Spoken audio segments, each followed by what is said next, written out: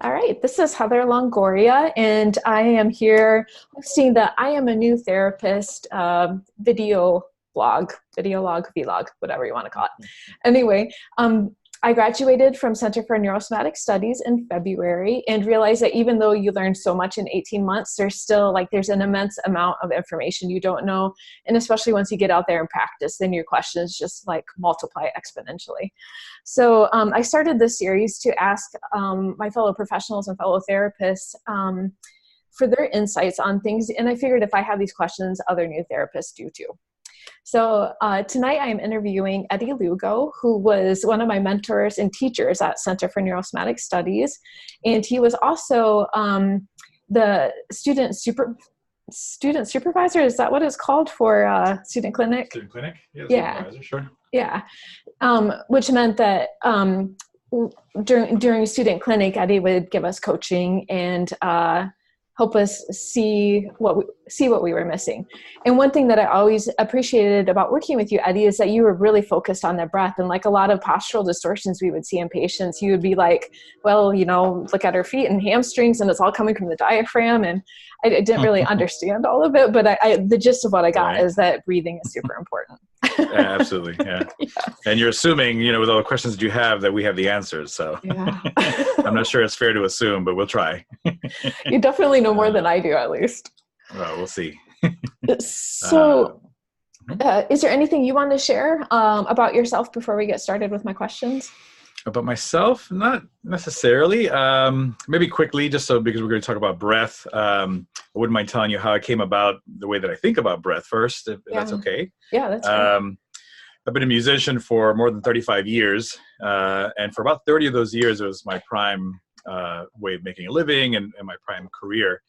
There's something that I noticed while I was performing music is that when I played solo, which classical guitar very often plays solo, afterwards I would just feel terrible. I'd be after a performance, I'd be worn down, had a lot of pain in my wrist, carpal tunnel and tendonitis issues. But I also noticed that when I played with a wind instrument or when I played with a singer, when I was accompanying a singer, for some reason I didn't feel the same way. I actually felt pretty good after performances, and it took me a while to realize what was going on there.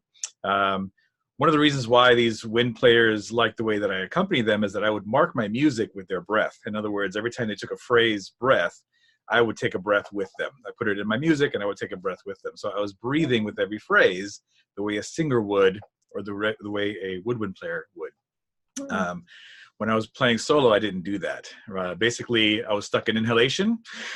I would play, and then at some point, just stuck in inhalation. And I didn't understand this at the time. I'm talking about through my teenage years into my 20s or so. But I started to understand that breath was playing an important part. I just didn't know how to fix it. Techniques like Alexander techniques, which musicians and actors use a great deal, helped somewhat, but I still didn't quite understand it.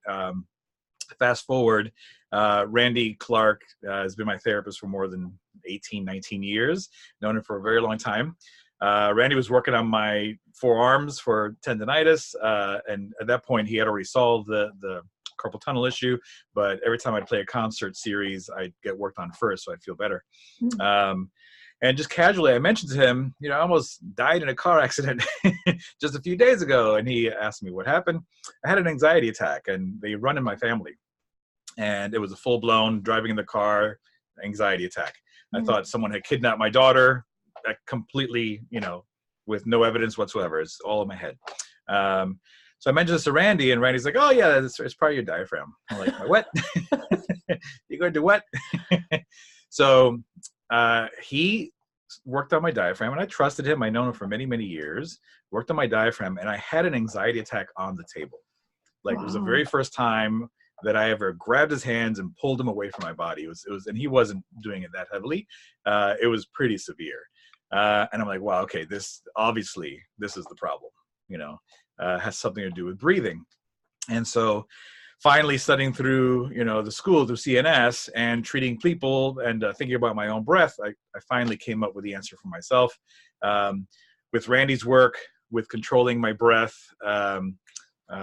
with the help of other practitioners like the PRI guys, postural, Restoration? Restoration, yeah, or Respiration Institute. Oh. I finally understood it. I haven't had an anxiety attack since. I've been able to control them to the point where, once I feel it happening, I know what to do and I know what I'm doing wrong. So that's the intro on my end, I guess. Oh, that's awesome. And so the anxiety attacks, they were directly correlated to how you're breathing, huh? Absolutely. Yeah, I was Wow. hyperventilating. That's what I know now. I was hyperventilating, changing my blood pH. And it would get to the point where it's just, once you start to hyperventilate, change your blood pH, it actually gets worse faster. So if you out there do have anxiety attacks, you feel them coming on, you got to get to a safe place. If you're driving, you got to stop, pull over, and start, learn how to control it. That's a whole other part of living that life with anxiety attacks.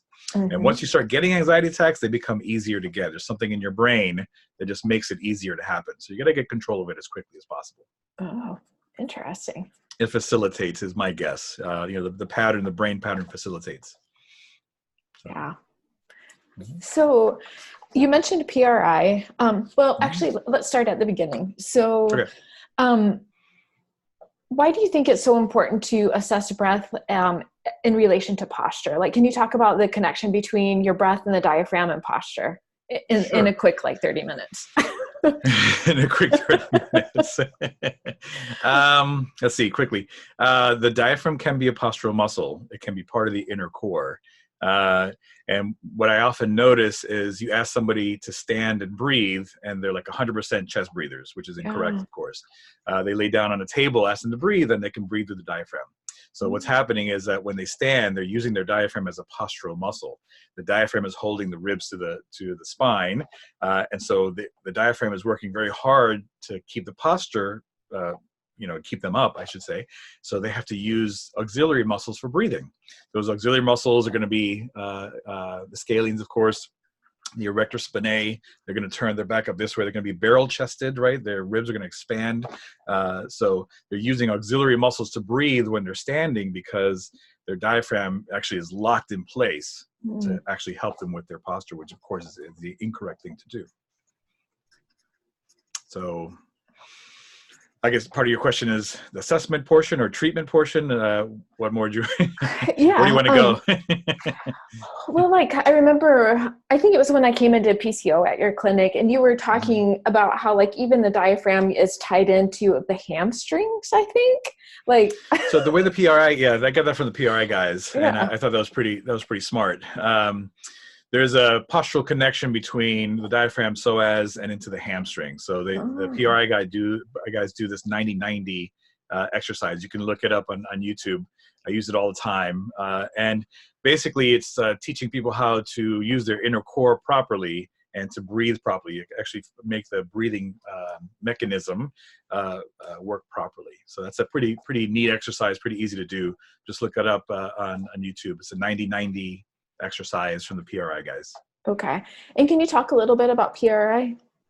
I don't want to go too far into that, only because I'm not a practitioner. I did a seminar, and they just, for me, they helped me kind of think of the breathing mechanism a little deeper and have a better understanding of that. They're physical therapists, so they teach exercises. They do some manual therapy, but they mostly do physical therapy kinds of exercises for breathing. Okay.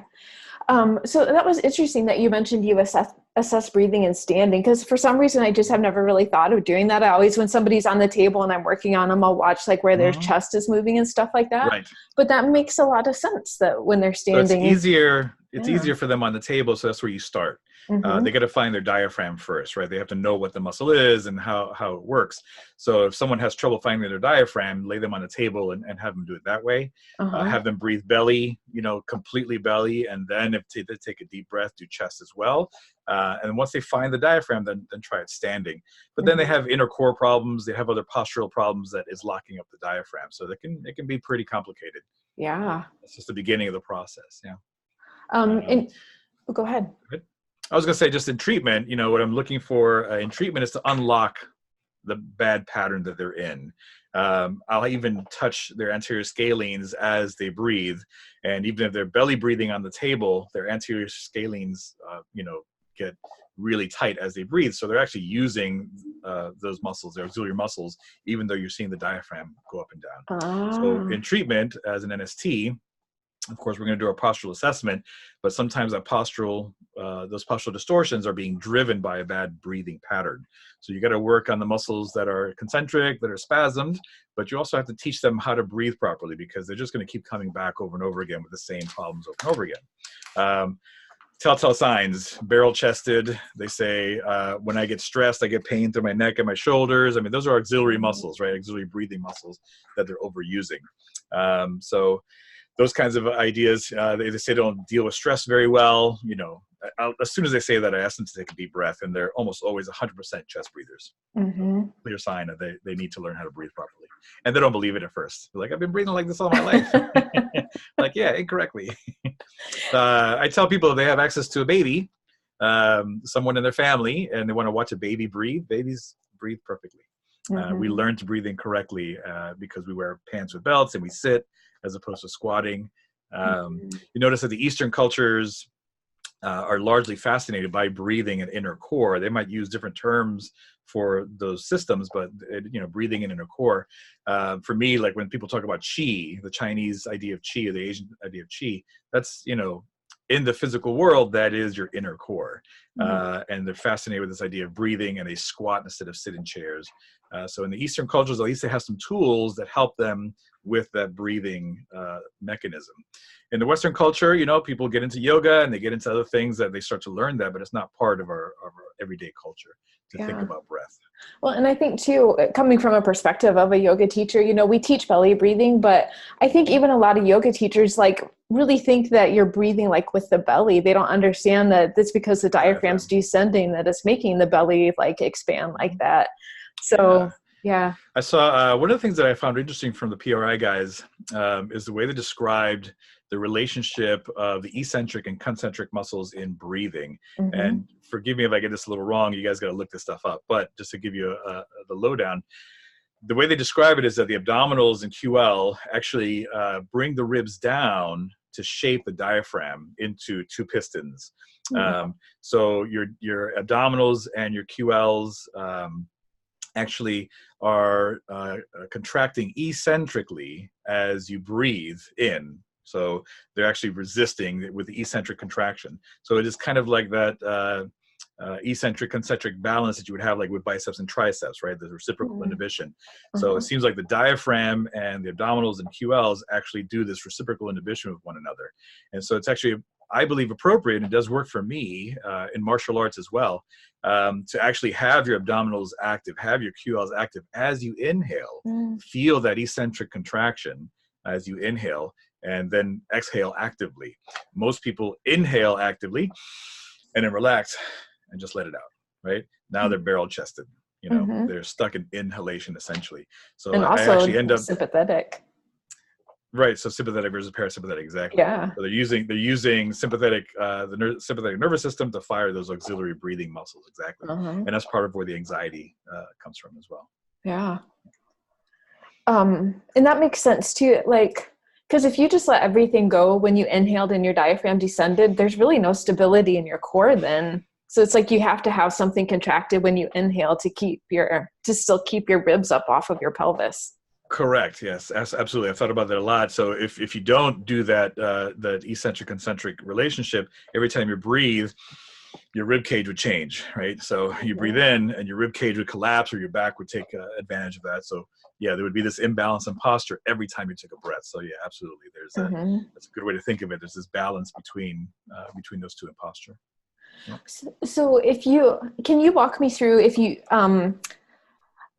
what you assess for breathing in a patient, and you mentioned that you give them the 90-90 exercise, but can you say typically these are the muscles that I treat, here's the exercise that I give, here's the kind of thing I'm looking for? Probably not in that order, but so it depends, of course, on the patient. I do, I'm an NST. I do the muscle work, right? I release the tight muscles, and those are usually the auxiliary breathing muscles. And the first step has to be that they find their diaphragm. I mean, you'd be surprised, because you teach yoga, you already know this, but you'd be surprised how people don't know how to use their diaphragm at all.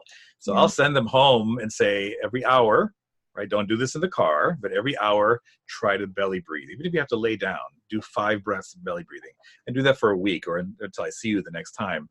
that way they're just practicing one simple thing, because they're not going to do, you give them 3 or 4 exercises and stretches, they're not going to do that. Just tell them to find their diaphragm. So once they find their diaphragm and they can come back and do that standing on a regular basis, then I might get into some deeper things. The 90-90 exercise, I think, is brilliant, but I don't start with that. That's something that's way down the line once they kind of start to feel what it is like they're supposed to actually feel like when they breathe. Okay.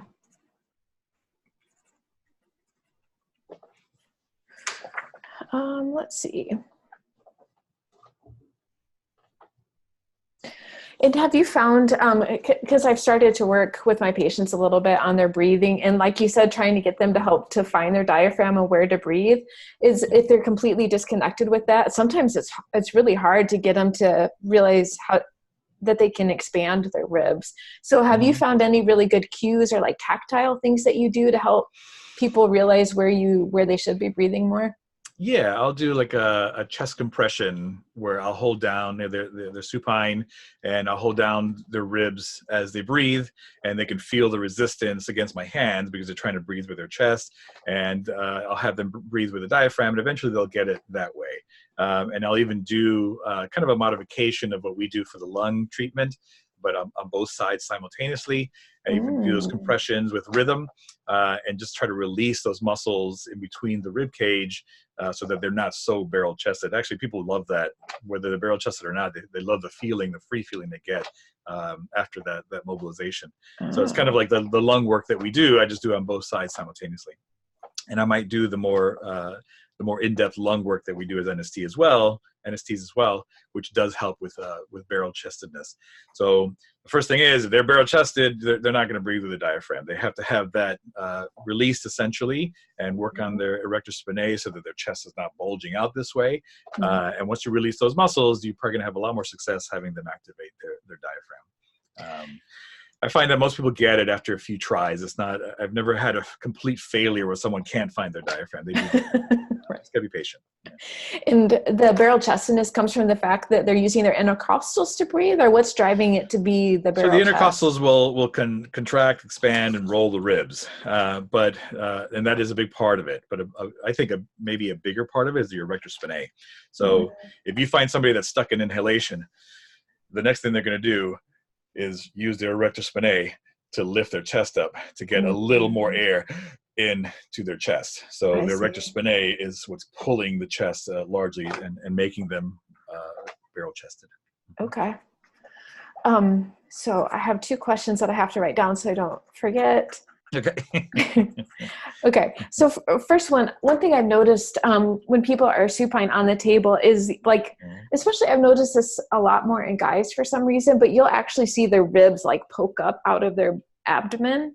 They roll. Yeah, they roll. Yeah. Is that a cue that they're not breathing right, or do you know what drives that? That's a common thing in bicyclists and swimmers and runners, because they have to breathe so much for their exercise. Again, the ribs can actually individually roll. They don't just expand and contract from one another. They actually can rotate. They actually can roll. So that is a mechanism that they use in order to expand the space of their diaphragm. So imagine diaphragms attached to those ribs, and so they're expanding the space of the diaphragm, trying to get more oxygen. That is perhaps an appropriate thing in exercise, which is largely a sympathetic activity, right? Exercise is kind of like running for your life, right? So that might be appropriate in those situations. The problem is that when they walk away from the exercise, they're still breathing the same way. So it's not an appropriate way to breathe when you're rest and digest. When you're, you're not exercising, you shouldn't be breathing like you're exercising. So it's a kind of a tricky thing there. They do what they have to do when they exercise, but you have to teach them to breathe correctly, as it were, parasympathetic when they're not exercising. So that's what I see with the ribs rolling in the bottom like that. Okay. Or ribs. And then you had mentioned earlier that in Eastern cultures, they do a lot more squatting. So can you explain how sitting versus squatting affects the breath? Sitting versus squatting. Well, if you're squatting, there's less pressure on the abdomen, right? So the abdominal pressure is allowed to go down where it's supposed to, and your pelvic floor actually gets strengthened by that. So squatting puts you in a position where you're not bending at the abdomen if you're squatting properly. And that allows for better breathing. We're sitting, especially since we wear belts in particular, sitting, you're actually bending more at the abdomen. It traps the diaphragm. It creates this abdominal space. And so when you're sitting, people don't realize it, but they're breathing with their chest all the time. So they learn that bad habit because we sit at computers all day. We sit in a chair all day. So. Yeah. And that makes sense too, because when you look at most people working at a computer, they're like this. So their rib cage is just like, there's really nowhere for their diaphragm to go. Right. They just lock it up. Exactly. Yeah. Teaching someone posture, how to hold themselves posturally when they're at a computer is so valuable because, as an NST, we think about this all the time. Imagine what the neck bones are doing, the cervical bones are doing to that brainstem as they're bending their heads down and they have the head forward posture. It's just crushing that space in their neck, pushing against the brainstem. It's causing all kinds of spasms in the body because the brainstem controls the tonus of the muscles of the body. So when I see a straight neck, when I see C1 distortions, I don't care what they're coming in for. I'm going to treat that first. And I'm going to tell them why I'm treating that first. I don't let that kind of thing go because it's going to detonify the whole body, right? It's going to calm down the whole body. So slunched over, those breathing issues, that can actually be part of that as well. Yeah. Such good food for thought there, because I've had a couple of cases recently of people that have just been in chronic pain for a couple of years, and so it's something they need to pay more attention to. I'd have them when I suspect it's something that they're doing, like sitting on a computer or whatever it may be. I have someone take a picture of them while they're working from the side, and you're going to see all kinds of stuff that they don't know that they do. They can't tell you that they're doing it. So I asked them would have a coworker use their phone and have them work at the computer like normal and take a picture from the side, and they text it to me, and that gives me something to talk to them about in the next treatment. Oh, nice. Okay. All right. So if somebody wants to learn more about breath and its implications throughout the body, well, because you talked a little bit about hyperventilation and that has a lot of chemical effects on the body too. What resources would you recommend to dive into that rabbit hole a little bit deeper? A lot of what I learned actually came from NST and me just putting all those things together with my own body, and the way that my breath works. So it's hard to say that there's, any one place to look into it. You can just start researching what happens when you hyperventilate, how your blood pH, you can look this stuff up on the internet, how your blood pH changes.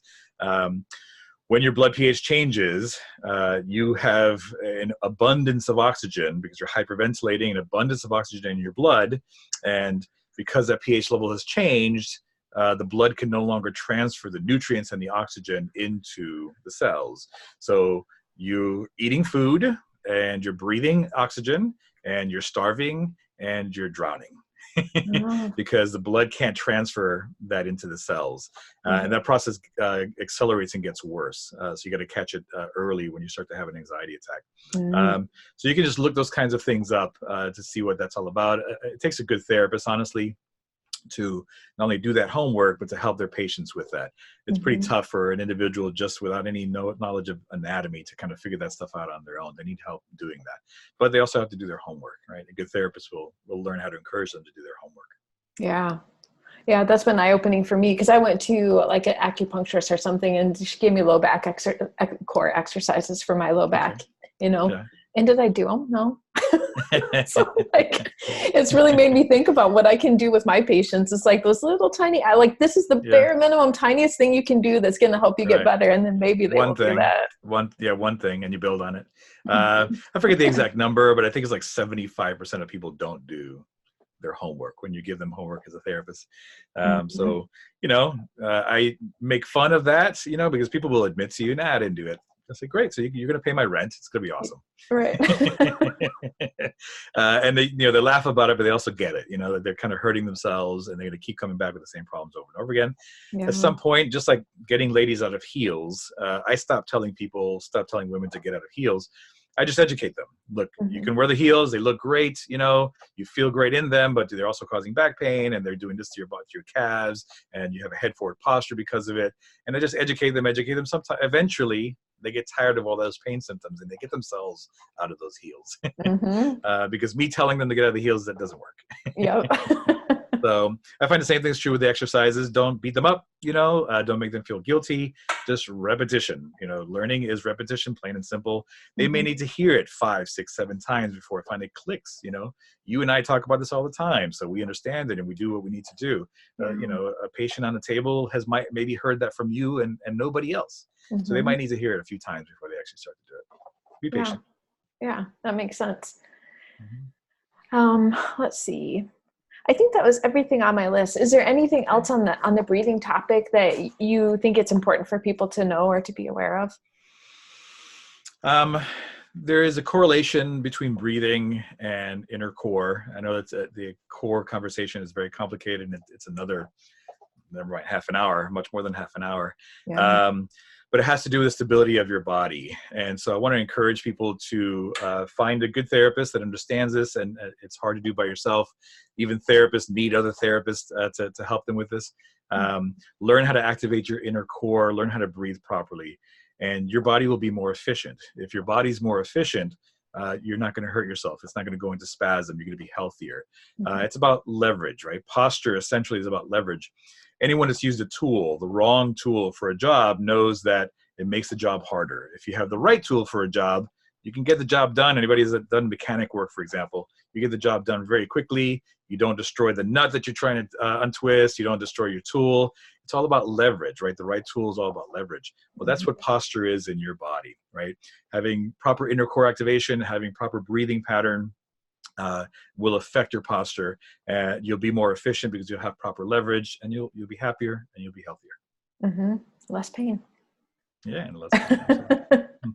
All right. Well, thank you so much for taking the time to talk with me, Eddy. I My really pleasure. appreciate it. I just Yeah. want to take a look at my notes here and just highlight a Yeah, few sure. things that I thought were really important. Oh, so for inner core, if there's people that watch this that don't know where inner core is, that's the pelvic floor muscles, transverse abdominis.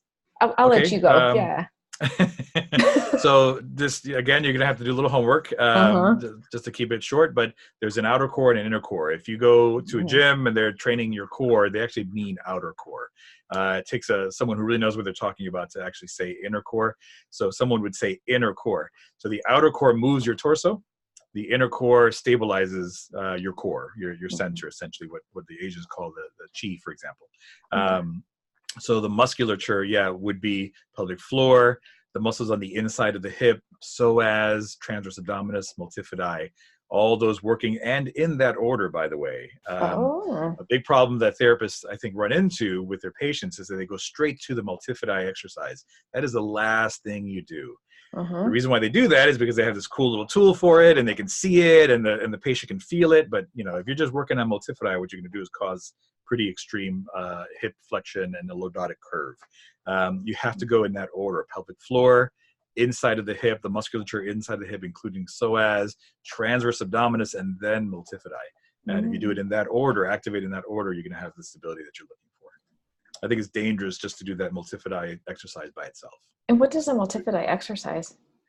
Yeah, there are a few different ones. Ah. One that we were taught actually in a CNS, you use the pressure part of the cuff part of the blood pressure cuff. Oh, okay.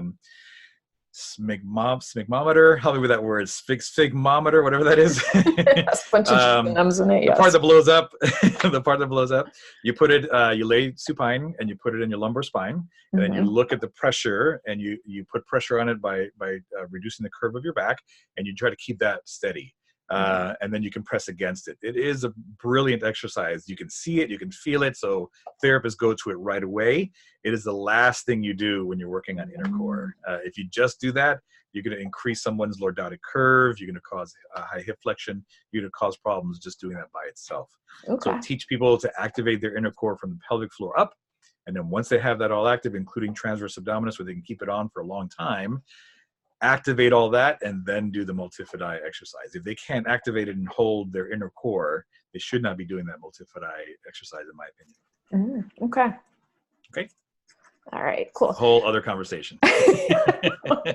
And yeah, it goes so deep. The more I learn about the breath, the more Yeah. I'm like, I know nothing. Well, you know more than the next person. So Yeah. you're trying to find out, which is what's important. It's a very complicated thing. And me having the problems myself allowed me to learn it in a way that I think I can empathize and sympathize with people a little more. For therapists that's never had an anxiety attack, yes, of course you can learn this stuff and you can help people with it. But if you've never felt what that feels like, it is a kind of momentary insanity. There's something wrong, yet there's nothing wrong. Yeah. And what really is wrong when you think of the physiology of it is that you're drowning and you're starving. So what does your body do when you drown and you starve? You freak out. You go into fight or flight. So there is something wrong. It's just not what you think. It's not what your brain is imagining.